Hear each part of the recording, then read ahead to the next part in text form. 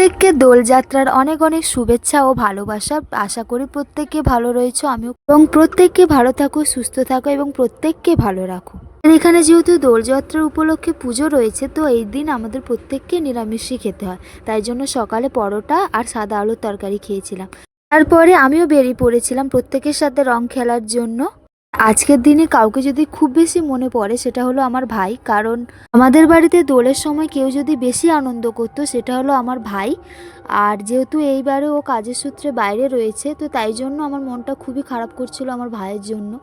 দোলের সময় প্রত্যেককে রাস্তায় দেখতে পাচ্ছিলাম, শুধু ওকে বাদ দিয়ে। তো কিছুদিন পর আমিও হস্টেলে চলে যাব, তো তাই জন্য বাবা এই ইলেকট্রিক কুকারটা কিনে নিয়ে এসেছিলো। আমরা ভেবেই গিয়েছিলাম যে ইলেকট্রিক কেটেল কিনবো, কিন্তু কেটেলে শুধু জল গরম করা ছাড়া কিছুই হতো না।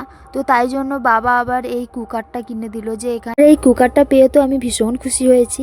তো আজকের মতো ভিডিওটা এখানে।